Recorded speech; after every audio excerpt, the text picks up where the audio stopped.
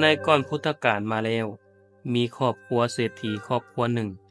มีฐานะร่ำรวยเงินคำทรัพย์สมบัติเศรษฐีผู้เป็นผัวอายุก็ก้าวเข้าสู่วัยกลางคนแต่ก็ยังบ่มีลูกไว้สืบตระกูลเฮ็ดให้เศรษฐีรู้สึกทุกข์ใจหลายข้างเฮือนของเศรษฐียังมีครอบครัวหนึ่งหัวหน้าครอบครัวเป็นนักเลงสุราซึ่งฝ่ายขี้เหล้าคนนี้มีลูกอยู่2 คนรูปร่างหน้าตาจุกงามเป็นที่สาลือของชาวบ้านมีมื้อหนึ่งฝ่ายขี้เหล้าได้กินเหล้าจนเมาแล้วได้เข้าไปเฮือนของเศรษฐีพร้อมกับกล่าววาจาเยาะเย้ยและยังประมาทในความมีทรัพย์สมบัติแต่บ่มีทายาทไว้สืบตระกูลของเศรษฐีเหตุการณ์เป็นแบบนี้อยู่หลายเทื่อจนมื้อหนึ่ง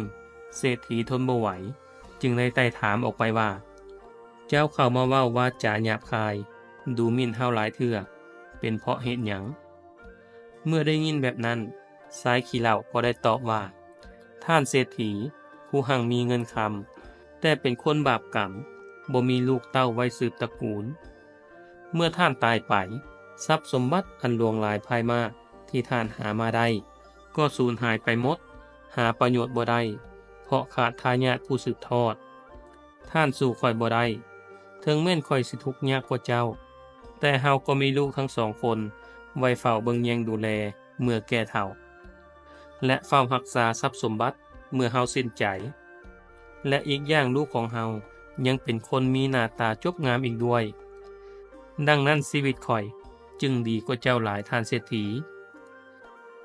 เมื่อเศรษฐีได้ฟังแบบนั้นก็บ่ได้ติดใจหยังทั้งยังเห็นดีกับคำเว้าของชายนักเลงสุราคนนั้นพร้อมว่าตัวเองหาทรัพย์สมบัติมาไว้เพื่อหยังเพราะหามาก็บ่มีลูกไว้สืบตระกูลเมื่อเศรษฐีคิดทบทวนไปมาก็รู้สึกเศร้าใจหลายนับตั้งแต่นั้นเป็นต้นมาเศรษฐีจึงพยายามเฮ็ดพิธีบวงสรวงขอพรเพียรพยายามขอลูกจากลุกเทวดาและสิ่งศักดิ์สิทธิ์อื่นๆแบบนี้ตลอดมาเป็นเวลาประมาณ3 ปีแต่ก็ยังบ่ได้ลูกตามที่ตนปรารถนาจนมามื้อหนึ่งเป็นวันสงกรานต์ผู้คนทั้งหลายต่างก็พากันลื่นเริงบันเทิงใจลิ่นน้ำไปทั่วชมพูทวีปในตอนนั้นท่านเศรษฐีก็พาข้าทาสบริวารของตนมาอยู่กองต้นไทรใหญ่ต้นหนึ่งที่อยู่แคมน้ำเป็นบ่อนอยู่ของนกกาทั้งหลายท่านเศรษฐีให้คนหับไส้เอาข้าวสารซาวน้ำ7 เทื่อแล้วก็หุงข้าวสารนั้นเมื่อข้าวสุกแล้วก็จึงได้ยกขึ้นบูชาลุกเทวดาอยู่ต้นไทรพร้อมทั้งคัดสีตีเป่าบรรเลงเพลงต่างๆและตั้งจิตอธิษฐานขอบุตรจากลุกเทวดาเทวดาประจำต้นไทรก็เห็นถึงความเพียรพยายามของเศรษฐีที่ต้องการบุตรจึงขึ้นไปเฝ้าพระอินทร์แล้วเล่าเรื่องทั้งหมดสู่พระอินทร์ฟังพระอินทร์ก็เมตตาจึงได้มอบบุตรให้กับเศรษฐีในที่สุดเมื่อเป็นแบบนั้นพระอินทร์ก็ได้บัญชาให้เทพบุตรองค์หนึ่งชื่อว่าธรรมบาลเทพบุตรลงมาปฏิสนธิในท้องของเมียท่านเศรษฐีและเมื่อครบกำหนดแล้วเมียของท่านเศรษฐีก็เกิดลูกออกมาเป็นผู้ชายผู้มีหน้าตาจกงามมีผิวพรรณดังทองคำเศรษฐีจึงตั้งชื่อให้ว่าธรรมบาลกุมารเพื่อตอบสนองคุณของเทวดาผู้ประทานให้มาและต่อมาท่านเศรษฐีจึงสร้างปราสาทสูง7 ชั้นให้กุมารได้อยู่ข้างต้นไทรแคมแม่น้ำนั่นเองเมื่อธรรมบาลกุมารเจริญวัยมาก็เป็นเด็กน้อยที่มีความฉลาดเก่งกาจหอบหูในศาสตร์ศิลป์ต่างๆและยังสื่อสารภาษานกหนูอุดรได้อายุเพียง7 ปีเท่านั้นธรรมบาลกุมารก็สามารถเรียนจบไตรเพศและเป็นอาจารย์บอกมงคุณการต่างๆให้แก่ชาวเมืองจนชื่อเสียงเล่าลือไปทั่วยังมีเทพอีกองค์หนึ่งชื่อว่าพญากบิลพรหมเป็นเทพที่หลายคนนับถือเป็นที่เคารพของชาวมนุษย์ทั้งหลายเมื่อพญากบิลพรหมได้ยินความเก่งกาจสามารถสติปัญญาของธรรมบาลกุมาร จึงคิดอยากลองปัญญากับธรรมบาลกุมารลองเบิ่งแล้วพญากบิลพรหมก็ได้เสด็จลงมาหาธรรมบาลกุมารและได้ถามปัญหา3ข้อกับกุมารน้อยนั่นก็คือข้อที่1ตอนเช้าราศีของคนอยู่ไสข้อที่2ตอนเที่ยงราศีของคนอยู่ไสและข้อที่3ตอนกลางคืนราศีของคนอยู่ไสโดยการถามปัญหาเท่านี้พญากบิลพรหมคิดว่ากุมารน้อยตอบบ่ได้แน่นอนจึงได้เอาชีวิตเป็นเดิมพันถ้ากุมารน้อยแก้ไขปัญหาทั้ง3ข้อได้พญากบิลพรหมสิมาตัดหัวของตนเองเพื่อบูชาแต่ถ้ากุมารน้อยแก้ปัญหาบ่ได้ก็ต้องยอมเสียหัวยอมรับความพ่ายแพ้ให้แก่ตนเช่นกันเมื่อได้ฟังปัญหาแล้วธรรมบาลกุมารก็ยังบ่ฮู้คำตอบในทันทีจึงพัดไปอีก7 มื้อเพื่อจะให้คำตอบเมื่อเวลาล่วงไปจนฮอดวันที่6ธรรมบาลกุมารก็ยังคิดหาคำตอบของปัญหานั้นบ่ได้จึงได้แต่คิดว่ามื้ออื่นนี้เฮาจะต้องตายเพราะพญากบิลพรหมเฮาบ่ต้องการให้เป็นแบบนั้นธรรมบาลกุมารค้นคว้าหาคำตอบจากคัมภีร์ดีกาในภาษาทั้งหมด7ชั้นก็ยังบ่ได้คำตอบจึงคิดว่าหนีไปลี้ในป่าดีกว่าเมื่อเป็นแบบนั้นธรรมบาลกุมารจึงหนีออกจากปราสาทหนีเข้าไปในป่าเมื่อเกิดความอิดเมื่อย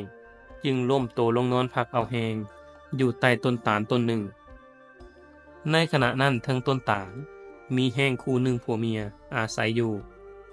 นางนกแห้งผู้เมียได้ถามสามีว่ามื้ออื่นเฮาสิบินไปหาอาหารอยู่ไสอ้ายนกแห้งผู้เป็นผัวก็ตอบว่ามื้ออื่นครบ7 มื้อพอดีที่พญากบิลพรหมถามปัญหากับธรรมบาลกุมารจนฮอดตอนนี้ก็ยังบ่มีวี่แววที่ธรรมบาลกุมารสิตอบปัญหานั้นได้เฮาบ่ต้องบินไปไกลหากินธรรมบาลกุมารดีกว่าซึ่งสิถูกพญากบิลพรหมตัดหัวแน่นอนด้วยความสงสัยนางนกแห้งถามว่าปัญหานั้นเป็นแนวใดนกสามีตอบว่าปัญหามีอยู่3ข้อและคำตอบก็ง่ายๆข้อที่1ตอนเช้าราศีของคนอยู่ใบหน้ามนุษย์ทั้งหลายจึงต้องเอาน้ำมาล้างหน้าทุกๆเช้าข้อที่2ตอนเที่ยงราศีของคนอยู่หน้าอกมนุษย์จึงเอาเครื่องหอมหรือน้ำมาแปะพรมใส่อกและข้อที่3ตอนกลางคืนราศีของคนอยู่ตีนมนุษย์จึงต้องเอาน้ำล้างตีนก่อนเข้านอนทุกมื้อธรรมบาลกุมารผู้ซึ่งฮู้ภาษานกเมื่อได้ยินการไขปัญหาของพญาแห้งเฮ็ดให้เกิดความดีใจหลายเมื่อท่องจำจนขึ้นใจแล้วจึงเดินทางมายังปราสาทของตนอย่างสบายใจพอเช้ามื้อใหม่เป็นวันครบกำหนด7 มื้อพอดีพญากบิลพรหมก็ได้ลงมาจากพรหมโลกเพื่อฟังคำตอบจากธรรมบาลกุมารน้อยธรรมบาลกุมารจึงได้ตอบแก้ปัญหาตามที่ตนได้ยินพญาแห้งล้มกันทุกประการพญากบิลพรหมตกใจหลายว่าเฮ็ดแนวใด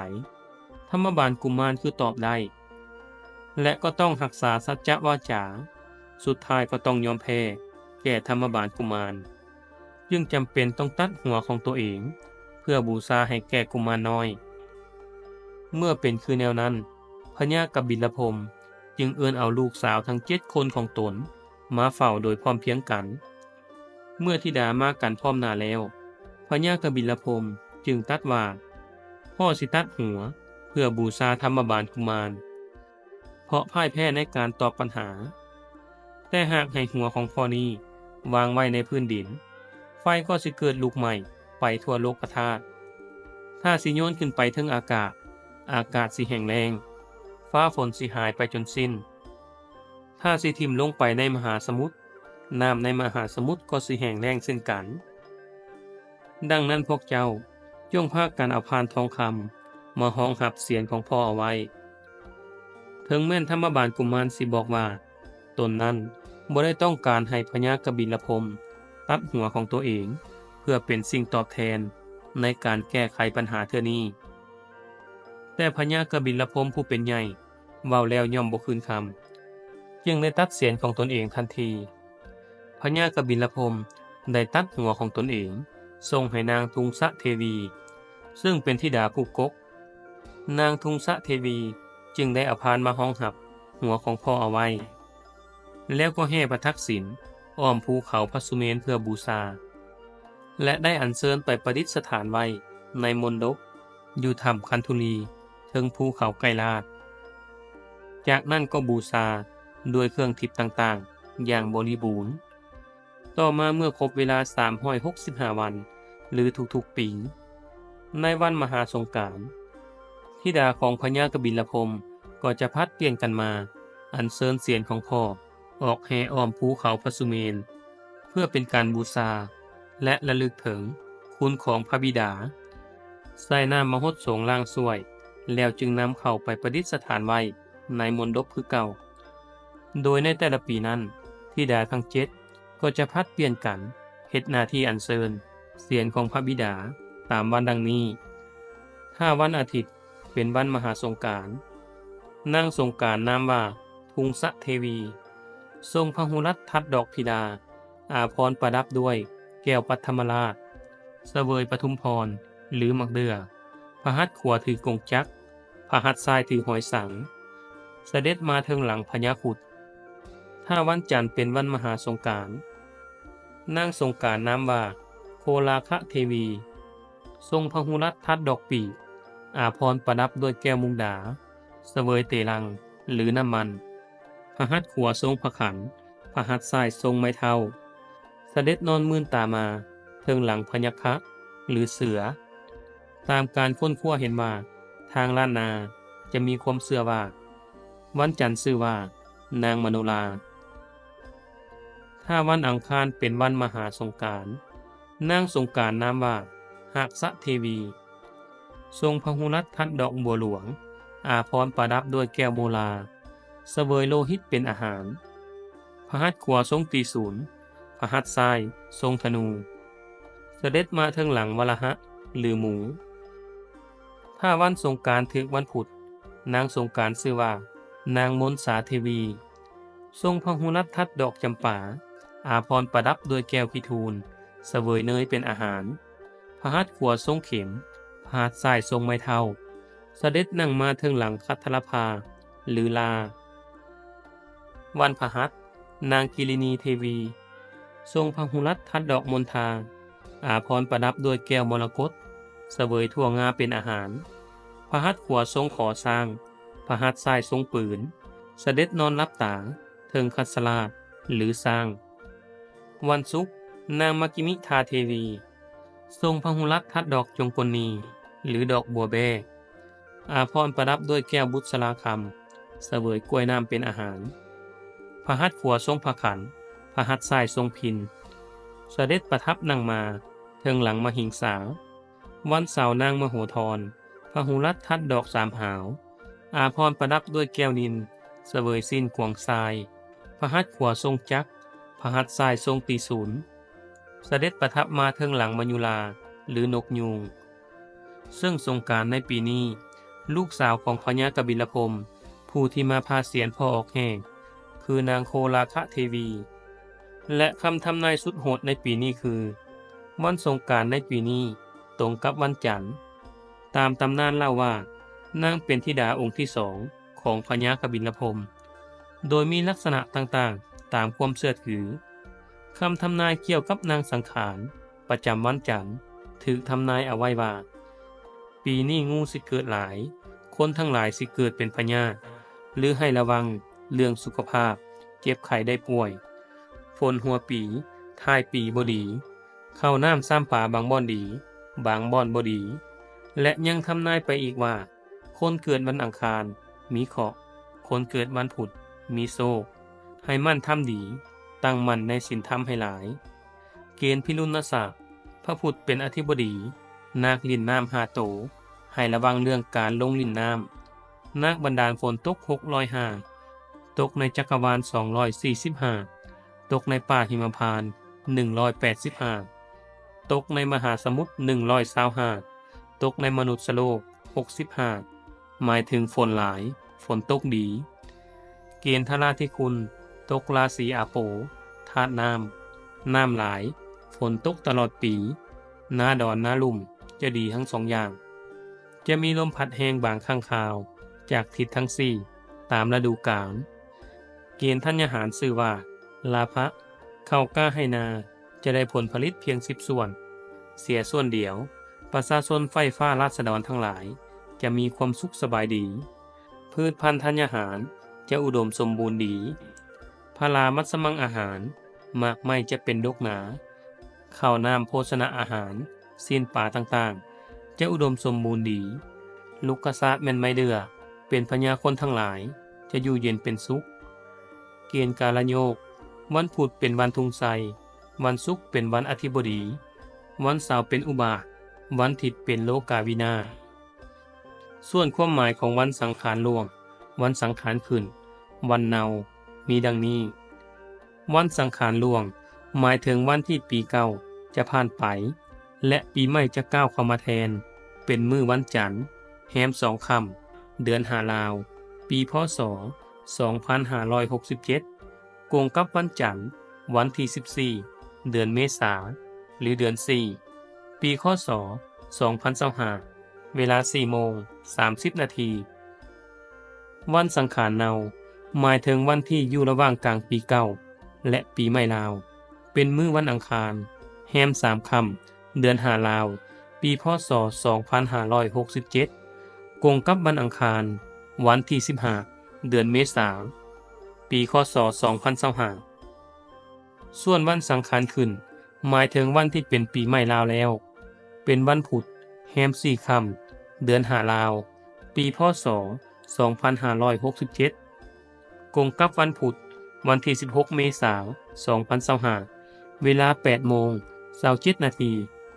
เปลี่ยนวันถลิงโศกปีใหม่ลาวจุลศักราชเป็นปีจศ1387ย้อนเป็นคือแนวนั้นเมื่อฮอดยามกุดสงกรานต์ปีใหม่ในแต่ละปีประชาชนลาวพวกเฮาจึงเอาน้ำอบน้ำหอมหรือน้ำดอกไม้ไปฮดสงพระพุทธรูปฮดสงพ่อแม่เฒ่าแก่ครูบาอาจารย์และญาติพี่น้องเพื่อนฝูงเพื่อความเป็นสิริมงคลสืบต่อกันมาจนฮอดทุกมื้อนี้ลูกสาวของพญากบิลพรหม7 คนแม่น7 วันในอาทิตย์หนึ่งแต่ละคนขี่สัตว์ของตนเองลงมาแม่นลูกสาวที่งามกว่าหมู่เก่งกว่าหมู่ฉะนั้นแต่ละปีอยู่เมืองหลวงพระบางเวียงจันทน์สวรรณเขตคำม่วนรวมถึง17 แขวงในทั่วประเทศลาวจึงได้จัดพิธีคัดเลือกประกวดนางงามบริสุทธิ์และผู้ดีเพื่อเป็นตัวแทนของลูกสาวของพญากบิลพรหมเอิ้นว่านางสังขารฮอดปัจจุบันนี้ตลอดปีใหม่ลาวบุญกุศสงกรานต์ต้องมีการแห่นางสังขารเชิญเอาหัวพญากบิลพรหมออกมาฮดสงในงานบุญปีใหม่ลาวหรือบุญเดือน5ของทุกๆปีเป็นประเพณีสืบทอดกันมาจนฮอดปัจจุบันนี้นี่คือเรื่องบุญปีใหม่สงกรานต์ลาวส่วนคลิปต่อไปอยากฟังเรื่องใดนั้นก็คอมเมนต์มาได้